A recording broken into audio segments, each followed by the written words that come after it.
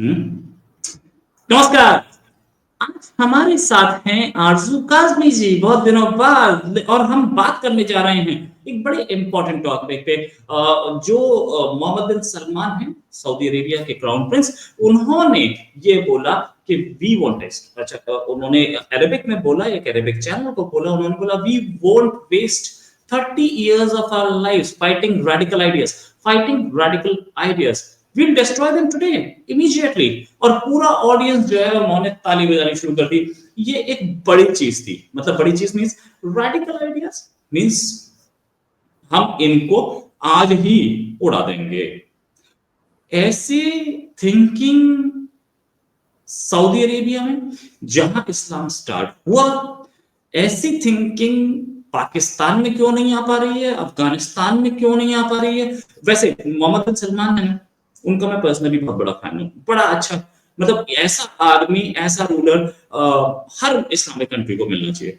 Transform कर दिया उस आदमी ने, जिस कंट्री में, और मैं बताता हूँ, उस कंट्री में बुरके के बिना कोई लेडी बाहर नहीं निकल सकती थी, हिजाब के बिना कोई लेडी बाहर नहीं निकल सकती थी।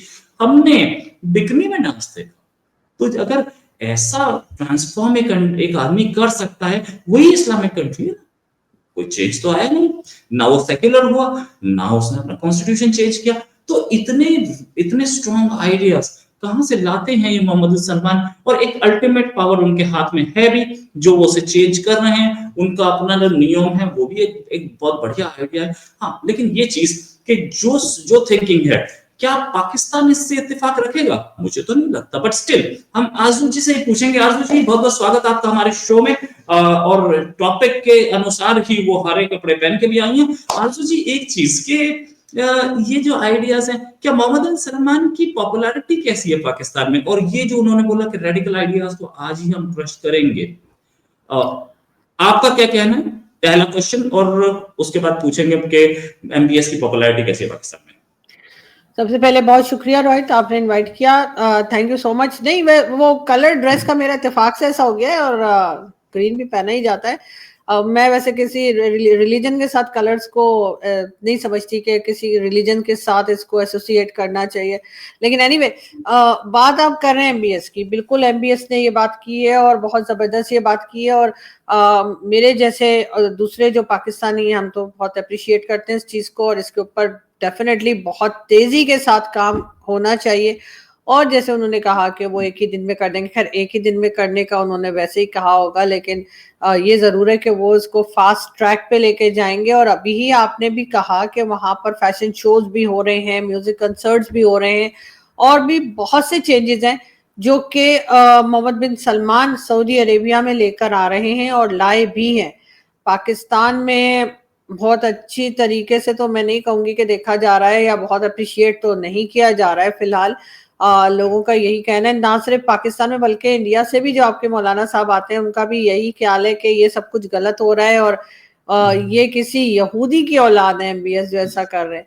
मगर ये मौलाना रशीदी कह के गए। लेकिन ये ज़रूर है कि डेफिनेटली पाकिस्तान में बहुत से लोग ऐसे हैं जो इस चीज़ को अप्रिशिएट कर रहे हैं, और अगर सऊदीया ने ये किया, अगर वाकई में सऊदी अरेबिया ने जो बात की गई है सऊदी अरेबिया में, अगर वो इस बात को इम्प्लीमेंट भी कर देते हैं, और वाकई में जो उन्होंने कहा था कि जी 5 साल में यूरोप बना देंगे, जिसमें से 1 साल तो ऑलरेडी निकल ही चुका है, तो पाकिस्तान को भी उस तरफ जाना होगा। पाकिस्तान को उधर जाए बगैर कोई और रास्ता नहीं, क्योंकि सऊदी अरब को बहुत ज़्यादा फॉलो किया जाता है। उसकी एक रीज़न तो खैर रिलीजियस भी है, लेकिन एक रीज़न ये भी है कि हम सऊदीया से कुछ ना कुछ पैसा वैसा भी लेते रहते हैं, और अमेरिका भी अगर अपना कोई मैसेज देना चाहता है तो वो सऊदी अरेबिया के जरिए ही पाकिस्तान को देता है। तो पाकिस्तान को चाहे थोड़ा टाइम लगेगा, एकदम से तो नहीं हो पाएगा, लेकिन कहीं ना कहीं इन चीज़ों को एक्सेप्ट करना होगा। साथ साथ सऊदीया ने जो है, या एमबीएस ने इजराइल से बात करने की तरफ भी कहा गया है। आप जानते हैं उसके ऊपर भी उनको काफ़ी थ्रेट्स वगैरह दी जा रही है, लेकिन मेरे ख्याल अभी वो इजराइल की तरफ इतनी जल्दी नहीं जाएंगे। लेकिन हाँ, बाकी जो फॉर्मेट वो लाना चाह रहे हैं तो वो हो जाना चाहिए, और इससे किसी के रिलीजन को, स्पेशली मुस्लिम्स जो हम लोग हैं, मुझे नहीं लगता कि इस्लाम को कोई खतरा होगा इस तरह की बातों से। बल्कि थोड़ा एक सॉफ्ट इमेज जाएगी, एक ये जाएगा कि हाँ थोड़े एजुकेटेड लोग हैं, दुनिया के साथ चलने के लिए तैयार हैं, और यही चीज एमबीएस लेकर आ रहे हैं, और मेरा ख्याल है कि बहुत अच्छे से वो इस पे काम कर रहे हैं। एमबीएस जो बोल रहे हैं वो खुद नहीं बोल रहे हैं, सऊदी अरेबिया के उलेमाओं से बात करके बोल रहे होंगे। ऐसा तो नहीं कि वो अपनी मर्जी से बोल रहे हैं, हो सकता है वो अपनी मर्जी से भी बोल रहे हो। तो सऊदी अरब के उलेमा और दूसरे इजिप्ट, मतलब सऊदी अरब, इजिप्ट, ये दो ही तो पुरोधा रहे हैं इस्लाम के। अच्छा, इनसे बात करके बोल रहे होंगे। अगर वो बोल रहे हैं तो इस्लाम एमबीएस को या सऊदी अरेबिया को सिखाने का कोई इरादा मैं तो नहीं रखता, न मेरे कंट्री में कोई रखता है। पाकिस्तान में रखते हो तो अच्छी बात है, मुबारकबाद, सिखाएं। लेकिन उनको सिखाना इम्पॉसिबल है। वही तो हज करवाते हैं, प्रॉफिट मोहम्मद वहीं थे। तो वो ये रेडिकल आइडियाज जो वो खत्म करने की बात कर रहे हैं, तो कहीं ना कहीं उनके दिमाग में होगा, या उन्होंने कहीं बात की होगी कि क्या इस्लाम में अलाउड है कि नहीं, या इस्लामिक तो नहीं होगा ना, तभी बोल रहे होंगे। एक चीज कि ऐसी चीजों को पाकिस्तान में कैसे लिया जाता है, मतलब कैसे लिया जाएगा? क्या पाकिस्तान इस रास्ते पे चलने की कोशिश कर पाएगा? मेरा ख्याल है पाकिस्तान इस रास्ते पे चलने की कोशिश कर पाएगा, और ज़रूर उन्होंने जो वहाँ पे जो उल्मा होंगे या जो रिलीजियस स्कॉलर्स होंगे या जो मौलाना वगैरह होंगे, उनसे बात की होगी एमबीएस ने। ऐसा नहीं हो सकता कि वो अपने तौर पे सब कुछ कह रहे हो। और ये कोई पहली बार नहीं हो रहा है कि किसी इस्लामिक कंट्री में इस किस्म की बात की जा रही है, या इस तरह से कुछ मॉडर्न तरीके से रहने की बात की जा रही है और इन चीज़ों को ख़त्म करने की। क्योंकि आप यूएई को देख लीजिए, यूएई भी तो इस्लामिक कंट्री है ना, अरब कंट्री है, गल्फ कंट्री है। अगर आप वहां पे जाएं तो आपको इसी तरह के लोग मिलते हैं कि जो काफी मॉडर्न तरीके से रह रहे हैं। वहां पे म्यूजिक कंसर्ट्स भी होते हैं, इंडियंस भी वहां पे जाते हैं, वहां पे फैशन शोज भी होते हैं, वहां पे आप हर तरह का ड्रेस जो है वो लेडीज पहन के घूमती हैं। कुछ ऐसा नहीं है जिसमें ये कहा जाए, मतलब अपनी मर्जी होती है। अगर कोई अबाया या स्कार्फ लेना चाहता है तो वो ले सकता है, और अगर कोई ना लेना चाहे तो वो ना ले। किसी के ऊपर किसी किस्म की भी कोई पाबंदी या रिस्ट्रिक्शंस नहीं होती कि आपने यही करना है। तो अगर वहां पे यूएई में ये हो सकता है, और बाकी कई दूसरी इस्लामिक कंट्रीज भी ऐसी हैं, इजिप्ट वगैरह, वहां पर भी इतनी पाबंदी नहीं है, तो फिर सऊदी अरब में ही क्यों? और सऊदी अरब तो जाहिर है कि जाहिर वो उम्रा और हज के लिए लोग जाते हैं, और कहा जाता है कि जी यहाँ से इस्लाम शुरू हुआ था। तो फिर डेफिनेटली अगर वहां से कोई इस किस्म की बात होगी या ऐसा कुछ होगा कि जिससे कि लोग थोड़े मॉडर्न हो या आजकल की दुनिया के साथ चलें, तो अच्छा रहेगा। और जैसे मैंने कहा कि पाकिस्तान जो है उसको थोड़ा सा टाइम तो जरूर लगेगा, आधे लोग इधर हो जाएंगे, आधे उधर हो जाएंगे, लेकिन ये है कि कहीं ना कहीं वो शोले की तरह ना, आधे इधर जाएं आधे उधर जाएं बाकी पीछे आए, तो शायद वो वाला हाल होगा कि आधे इधर हो जाएंगे आधे उधर हो जाएंगे, बाकी एमबीएस के पीछे होंगे। लेकिन कहीं ना कहीं एमबीएस जो है वो लोगों को पसंद आ रहा है, एमबीएस की बातें पसंद आ रही है। मैंने पाकिस्तान में अभी तक तो उनके खिलाफ कोई बात होते हुए नहीं सुनी, ये सब कुछ होने के बावजूद। ये जो हो रहा है, मैंने देखा कि पाकिस्तान में भी एक मिस पाकिस्तान थी जो कि शायद जा रही थी पाकिस्तान मिस यूनिवर्स में, और प्राइम मिनिस्टर शहबाज शरीफ, इन्हीं की गवर्नमेंट ने एक इंक्वायरी ऑर्डर कर दी थी उन पे। और वहां पे शायद वो बिकनी में नहीं, शॉर्ट ड्रेस में थी कहीं पे। और वहां पे सऊदी अरेबिया में बिकनी में बियॉन्स डांस कर गई तो कोई प्रॉब्लम नहीं आई। आपको लगता है इस रेडिकल चेंज को, मतलब पाकिस्तान में ये आज से 50 साल पहले पाकिस्तान में कोई बहुत बड़ा क्राइम नहीं था शॉर्ट ड्रेसेस पहनना। अब हाल में नए नए मुसलमान हुए हैं हम, तो ऐसा कहा नहीं है। तो वो जो है वो तो 1000 साल से मुसलमान है, उसको तो सब कुछ पता है। पाकिस्तान में टीएलपी और दूसरे मौलाना साहब, जो वो क्या नाम है जिनको डीजल बोला जाता है, ये सारे के सारे अपनी रोटियां सेक रहे हैं इस्लाम पे। क्या ये होने देंगे? इसको ऐसे रेडिकल चेंज को आने देंगे? देखिए रोहित, टाइम तो जरूर लगेगा। मैं ये नहीं कह रही कि रातों रात हो जाएगा और जैसे एमबीएस ने किया तो यहाँ पर भी वो चेंज आ जाएगा, लेकिन आएगा जरूर। अगर सऊदी अरब में आया तो पाकिस्तान में भी आएगा। और अभी भी अगर मैं मॉल वगैरह जाऊं, जो इस्लामाबाद में जो शॉपिंग मॉल्स हैं, तो वहां पर जो मुझे फीमेल्स नजर आती हैं, चाहे वो किसी भी एज ग्रुप की हो, उन्होंने अच्छे खासे मॉडर्न ड्रेसेस भी पहन रखे होते हैं। ऐसा है कि चादर और अबाया वाली भी नजर आती है मुझे, लेकिन मुझे जीन्स में और ट्राउजर्स में और इस तरह के जो मॉडर्न ड्रेसेस होते हैं उसमें भी दिखाई देती है। तो इसलिए मुझे लगता है कि कहीं ना कहीं जो है वो लोग इस तरह से भी रहना चाह रहे हैं और उन्हें कोई कुछ कह भी नहीं रहा है। तो मैं खुद भी अक्सर इस तरह से जीन्स या उसमें चली जाती हूँ। तो मुझे लगता है कि ये मुल्ला माफिया जो हमारे यहाँ की है उसको टाइम लगेगा, लेकिन एक्सेप्ट करना ही पड़ेगा। ऐसा नहीं कि रातों रात हो जाएगा, लेकिन कुछ बोलेंगे नहीं। वैसे भी ये वो करते हैं जिसमें इनका फायदा होता है। अगर अगर इन्हें सऊदीया से पैसे मिल रहे होंगे, अगर सऊदी अरब इनको कहेगा या अमेरिका इनको कहेगा तो ये वही करेंगे। अब आप देखिए ना, चाइना को तो ये कुछ नहीं कहते। चाइना में जो मुस्लिम्स के साथ हो रहा है उसमें से अगर 1% भी भारत में हो रहा होता या किसी और कंट्री में हो रहा होता तो ये तो यूनाइटेड नेशन में पहुंच गए होते। लेकिन चाइना में जो कुछ हो रहा है उसके ऊपर ये आवाज ही नहीं निकालता। इमरान खान की गवर्नमेंट थी, उन्होंने कहा कि नहीं जी हम अलग से बात करेंगे। उसके पहले जो भी गवर्नमेंट आई किसी ने कभी बात नहीं की। उसकी रीजन क्या थी? यही थी कि चाइना से पैसे मिल रहे थे। और सॉरी कोई टेंशन नहीं, कोई टेंशन नहीं। आपका गला खराब है, हमें पता है। और इसीलिए उसके बाद भी आप अगर प्रोग्राम कर रही हैं तो बहुत बड़ा अचीवमेंट है, इसमें कोई शक नहीं। आप सॉरी काम के लिए डेडिकेटेड हैं, इस बात को हम जानते हैं। और मैं आज से नहीं जानता, मैं पहले से जानता हूँ। जब मैं आपको जानता नहीं था उस समय से जानता हूँ। तो सॉरी नहीं, वाकई मेरा गला खराब है, लेकिन थोड़ा थोड़ा काम चला रही हूँ किसी तरीके से, क्योंकि काम भी दायरे के करना ही होता है। तो मैं आपको यही बता रही थी कि अगर हमारे अंदर हम इस्लाम को लेकर या इस्लाम की जो पुरानी बातें जो चलती चली आ रही हैं अगर उसको लेकर ही हमारे अंदर हम इतने इमोशनल होते हैं तो हमें तो फिर अचानक पे चढ़ दौड़ना चाहिए था। यहाँ से चाइनीज एम्बेसडर निकाल देना चाहिए था और चाइना के एम्बेसी के सामने टायर वायर जलाने चाहिए थे जो हमारे यहाँ परंपरा है। लेकिन कुछ ऐसा होता हुआ दिखाई नहीं दिया। और अभी भी सऊदी अरब का एम्बेसडर हमने नहीं कहा निकल जाए, ना ही सऊदी अरब की एम्बेसी के बार आपने किसी को टायर जलाते सुना होगा, ना ही सऊदी अरब को बुरा भला कहते सुना होगा। लेकिन आप जानते हैं कि उसका पैसा बोलता है।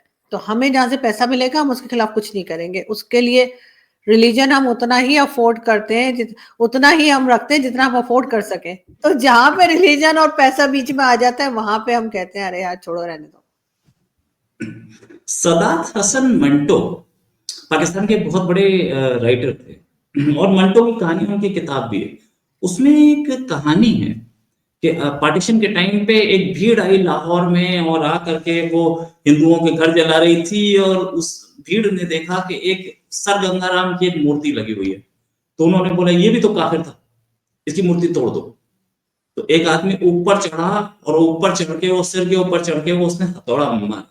हथौड़ा मारने के तो ये तो हथौड़ा मार के वो मारते मारते वो ऊपर से स्लिप हुआ और नीचे गिरा। तो जब वो नीचे गिरा तो घायल हो गया, बेहोश हो गया। तो भीड़ ने बोला अच्छा इसे उठाओ और इसे गंगाराम हॉस्पिटल ले जाओ। तो वो ही होने वाला है। अगर आप फ्रांस का सफीर निकालने की बात हुई थी, अगर आप सऊदी अरेबिया का एम्बेसडर निकालोगे या चाइना का निकालोगे तो फ्लाइट लेके जाएगा, उसमें तेल तो सऊदी का ही होगा ना।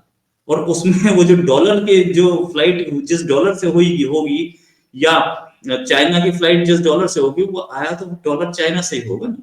तो उसी पैसे से उसी को निकाल कैसे दोगे? वो तो पॉसिबल ही नहीं है ना। बिल्कुल थैंक यू। ऐसा ही है। लेकिन रोहित हम ये जरूर कहूंगी कि हम वो बदकिस्मत कौम है।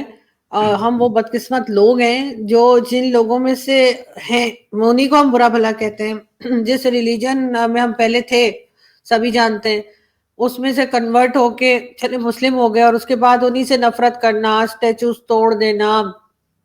मेरे घर में मेरे पेरेंट्स के जमाने से क्या, मेरे मेरे ग्रैंड पेरेंट्स के जमाने से ये जो पीछे आप एलिफेंट वगैरह देख रहे हैं ये मेरे फादर ने भी नहीं, उनके फादर ने लेकर रखे थे।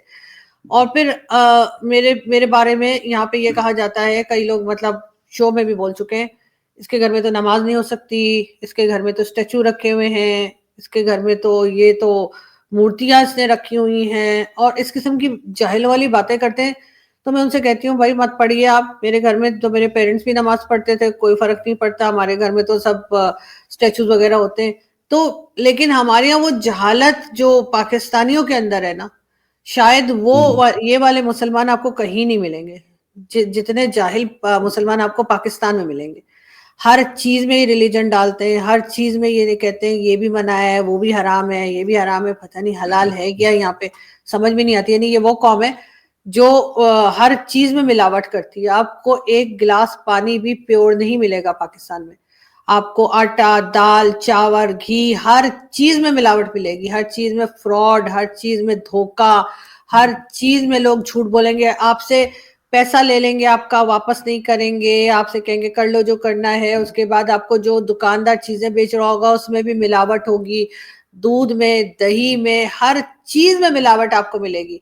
और उसके बाद कहेंगे कि नहीं जी हम तो बड़े मुसलमान हैं जी, हमारे यहाँ तो मतलब अगर आपने स्टेचू रख लिया, कोई मूर्ति रख ली, आप मंदिर चले गए, आप चर्च चले गए, तो जी आप तो मुसलमान नहीं रहे, अब तो प्योर नहीं रहे। इस किस्म की बातें भी यही लोग करते हैं।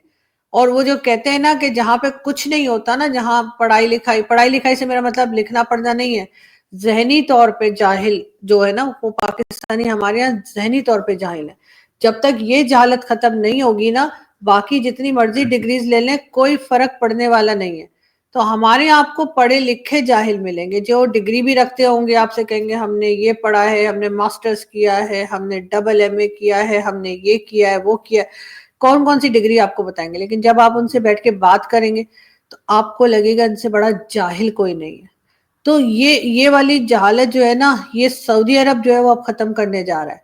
ये वरना ये वो सऊदी थे जो अपने आप को अबू जहल की औलाद आज भी कहते हैं और बड़े प्राउडली कहते हैं कि हाँ जी हम अबू जहल की औलाद हैं। तो वो अबू जहल की औलाद जो है वो तो सही होने जा रहे हैं, और ये यहाँ के मुसलमान हिंदुस्तान पाकिस्तान के, इनकी जहालत है कि खत्म होने में ही नहीं आ रही। ये एक के बाद एक ऐसी ऐसी हरकतें करते हैं कि इंसान कहता है कि पता नहीं कहाँ मैं किस जगह पैदा हो गया, क्यों पैदा हो गया। आई विश के ऊपर वाले ने कोई सिस्टम रखा होता जिससे वो इंसान से पूछ लेता कि बेटा तुम कहाँ पैदा होना चाहते हो, किधर कौन सी कंट्री में पैदा होना है। तो मेरा ख्याल है कि आधे से ज्यादा लोग जो पाकिस्तान के वो कम से कम यहाँ पैदा ना होते, कहीं भी हो जाते, यूरोप में हो जाते, अफ्रीका में हो जाते, किसी भी दूसरे दुनिया के कोने में पैदा हो जाते, लेकिन यहाँ ना होते। यहाँ पे जितनी जहालत आपको मीडिया में, सोशल मीडिया पे दिखाई देती है उससे बहुत ज्यादा है, उससे बहुत आगे की चीजें हम मतलब आप लोग सोच नहीं सकते जहां पे हमारी जहालत स्टार्ट होती है और जहां जाके खत्म ही कहीं नहीं होती। ऐसे लोग हैं। तो इनको कहाँ एमबीएस की समझ आएगी, इनको तो लगेगा नहीं। वो तो एमबीएस से तो ये भी कहा था कि मैं तो हदीसों को ही नहीं मानता, आधे से ज्यादा हदीसें जो है वो गलत है। वो तो बिल्कुल सही बात है।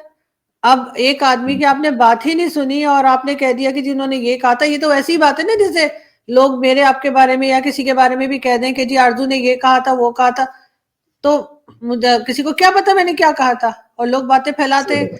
तो यही चीज है। मेरे फादर, मुझे याद है हमारे यहाँ आया करता था 14 अगस्त और इस तरह के जो भी नेशनल डेज हुआ करते ना, तो उस पे आता था जी कायदे आजम ने ये फरमाया। उसके बाद ना टीवी वाले, पीटीवी के, सिर्फ पीटीवी की बात करें, पीटीवी वाले फिर कुछ ना कुछ लिखते थे कि पता नहीं पाकिस्तान ऐसा होगा, वैसा होगा, ये करना, वो करना, जो भी उन्होंने कहा था। तो मेरे फादर हंसते थे, कहते थे कायदे आजम कहते होंगे ये मैंने कब कहा। तो वो तो बेचारे चले गए, अब हम यहाँ पे उनके नाम से कुछ भी चला देते हैं कि कायदे आजम ने ये कहा था।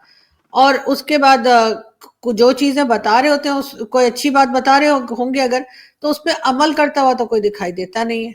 हर एक का अपना ही एक वो चल रहा होता है कि नहीं जी यहाँ पर यानी एक तरफ हमने माइनॉरिटी का क्या हाल कर दिया कि खत्म कर दी एक तरह से। यहाँ पर आपको बहुत मुश्किल से कोई हिंदू, क्रिश्चियन, पारसी, डरे सहमे लोग मिलेंगे। जहां पे मैं आपको खड़ा कर दूं, कभी पाकिस्तान आए मैं 20 लोग खड़े कर दूं और उनसे आप बात करें, आपको बगैर पूछे पता चल जाएगा इनमें से माइनॉरिटी कौन है। वो बेचारे इतने डरे सहमे यहाँ पे रहते हैं।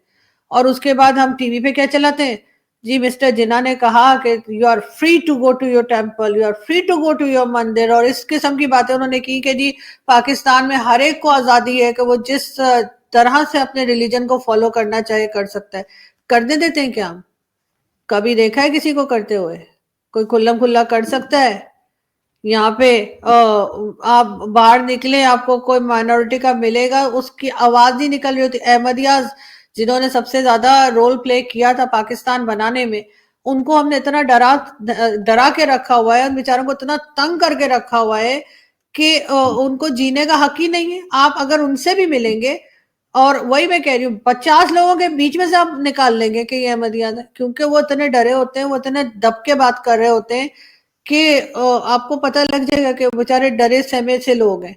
तो ये तो हाल हमने करके रखा हुआ है पाकिस्तान का, और फिर हम कहते हैं कि नहीं जी इस वक्त हम आगे की तरफ नहीं। वही पाकिस्तान में क्या, इस्लाम में तो उधार लेना भी मना है, भीख मांगने को भी मना किया गया है, काम करने को कहा रिश्वत गया है, लेनी। आप रिश्वत के लिए, हर चीज के लिए मना किया गया है। आप जी मतलब हर वक्त या तो किसी ना किसी जगह से पैसा मांगते रहते हैं, उधार मांगते रहते हैं। उसके बाद हर गवर्नमेंट से लेके आम आदमी तक सबकी यही आदत हो गई है। तो कौन सी ऐसी चीज है जो आप इस्लाम की जो पढ़ाते हैं उसको आप फॉलो करते हैं? बस ये इधर तक ही फॉलो करते हैं कि औरतों को कौन सा ड्रेस पहनना चाहिए, किससे बात करनी चाहिए, किससे बात नहीं करनी चाहिए। और ये इनका सारा का सारा जो इस्लाम है ना, वो सिर्फ और सिर्फ आदमी और औरत या मेल और फीमेल की बात करने में उसमें ही खत्म हो जाता है, और कुछ नहीं है उसके अंदर। और यही बताते रहते हैं, यही सिखाते रहते हैं। और इसी तरह के लोग यहाँ पर मदरसे बंद नहीं करते। यार मदरसों को कंट्रोल करो, जितना पैसा ये मदरसे वालों को देते हैं, अगर वो पैसा ले लिया जाए मदरसे वालों से, तो आपको पता है आईएमएफ हमसे कर्जा मांगने आ जाएगा पाकिस्तान से। जितना पैसा ये दबा के बैठे होते हैं मदरसे वाले, इतना पैसा होता है इनके पास।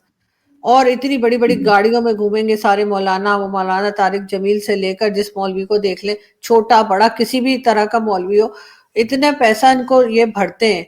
और ये टीएलपी वाले ये भी इन्हीं के बंदे, जिस वक्त ये चाहते हैं ये इस्लामाबाद में आके बैठ जाते हैं, प्रोटेस्ट शुरू कर देते हैं, लोगों को जिंदा जला दिया। किसी ने सुना कभी, किसी को खबर हुई कोई आदमी पकड़ा गया हो, किसी को सजा मिली हो, किसी को फांसी लगाया हो इन्होंने, किसी को जेल में डाल के सजा दी हो? नहीं, छोड़ देते हैं, क्योंकि कहते हैं नहीं वो तो जी उसने बड़ा नेक काम किया, देखो जी हमारे रिलीजन के खिलाफ बोला था। अच्छा, और जब तुम खुद बोलते हो किसी रिलीजन के खिलाफ, चाहे वो हिंदुइज्म हो, चाहे क्रिश्चियन हो, चाहे कोई रिलीजन, कोई भी रिलीजन हो, उसके ऊपर तो कोई सजा नहीं दी जाती। उनको तो कह दिया जाता है जी माफी हो गई जी, माफ कर दिया। कितनी बार सिंध में मंदिर तोड़ दिए और बाद में गवर्नमेंट ने कहा हाँ जी हमने रेनोवेट करा दिया। अरे एक मस्जिद तोड़ के दिखा दे, माइनॉरिटी वाले अव्वल तो तोड़ नहीं सकेंगे, बेचारे इतने डरे होते हैं, लेकिन फिर भी फॉर एग्जांपल तोड़ दे, छोड़ देंगे ये बोलने पे कि हम रेनोवेट करा देते हैं, जाने देंगे? नहीं, ये मार डालेंगे, पूरा पूरा खानदान खत्म कर देंगे। ये यहाँ पे जहनियत बना के रखी है। और फिर कहते हैं कि जी हमारे यहाँ तो ना अब बड़े टूरिस्ट आने चाहिए, हमारे यहाँ तो इन्वेस्टमेंट आ रही है। अरे यहाँ कौन इन्वेस्टमेंट करेगा जहाँ पे आपका होम मिनिस्टर कहता हो कि प्रोटेस्टर्स के ऊपर स्ट्रेट फायर होना चाहिए? और उसके बाद यहाँ पे जो मचा हुआ है लास्ट 1 वीक से, उसके बाद कौन ऐसा करेगा? मुझे तो पहले सऊदी अरब बिल्कुल भी पसंद नहीं था, और इसी वजह से पसंद नहीं था कि वहां पे जो पाबंदियां थी, ड्राइव नहीं कर सकते बाहर, महरम के बगैर बाहर, यानी कोई फैमिली का जब तक आदमी ना बाहर नहीं जा सकते, सब कुछ। तो मैं कहती थी यार यहाँ कौन जाएगा, ऐसी जगह पे कौन रह सकता है? लेकिन अब एमबीएस ने वो सब चेंज कर रहे हैं। आप बगैर महरम के या बगैर फैमिली के किसी आदमी के हज उम्रा भी कर सकती हैं, मार्केट भी जा सकती हैं, ड्राइव भी कर सकती हैं। फीमेल्स को भी इंसान समझा जा रहा है वहां पर, और यहाँ पर उल्टा उल्टा बिल्कुल जा रहे हैं। तो ये सारी चीजें तो हैं, लेकिन इनको एमबीएस को ये कॉपी करेंगे, फॉलो भी करेंगे, मगर इनको टाइम लगेगा। शायद हम नहीं होंगे जब तक, हम टपक टपक चुके होंगे, लेकिन ये कि कुछ ना कुछ चेंज तो होगा। और आई विश कि मैं मरने के बाद भूत बन जाऊं, क्योंकि मैंने बहुत से लोगों के चपेड़े मारनी है, उसके लिए भूत बनना बहुत जरूरी है। ठीक है, एक आदमी का जरूर मारना, मैं नाम नहीं लूंगा। खैर anyway, thanks a lot Raju ji for joining. और देखिए एक चीज के एमबीएस जो काम कर रहे हैं वो है तो काबिल तारीफ, और इतना इतना strong change with in months आता नहीं है, हम देख रहे हैं। और ऐसे ही उम्मीद है कि ऐसे ही हम उसी रास्ते पर चलें, हमारे मुस्लिम्स उसी रास्ते पर चलें, पाकिस्तान के मुस्लिम्स उसी रास्ते पर चलें। मैं नहीं बोल रहा कि सब के सब सारी लड़कियां बिकनी में घूमना शुरू हो जाएं, लेकिन अपना माइंडसेट तो चेंज करो। आप एक लेडी है, उसको डॉक्टर एक्सेप्ट कर सकते हो, उससे इलाज करा सकते हो, लेकिन उसको बराबर नहीं समझ सकते। That's the problem। यही चेंज बहुत जरूरी है। और इस्लाम में कहीं ऐसा लिखा हो कि लेडी कम है आदमी ज्यादा है, तो नहीं है, नहीं है। ठीक है, मैं कई बार एग्जांपल दे चुका हूं, प्रॉफिट मोहम्मद की वाइफ तो बिजनेस करती थी, तो अगर राइट था उनके पास काम करने का, इसका मतलब वो बराबर थी। प्रॉफिट मोहम्मद ये मानते थे कि लेडीज और जेंट्स बराबर है। तो ये चीजें इस्लाम में मुल्लाओं ने जो डाला है उसको ठीक करना, शायद एमबीएस ही वो आदमी है जो जल्दी ठीक करेंगे। अभी के लिए नमस्कार, जल्दी एक प्रोग्राम और करेंगे। अभी के लिए नमस्कार, धन्यवाद, जय हिंद।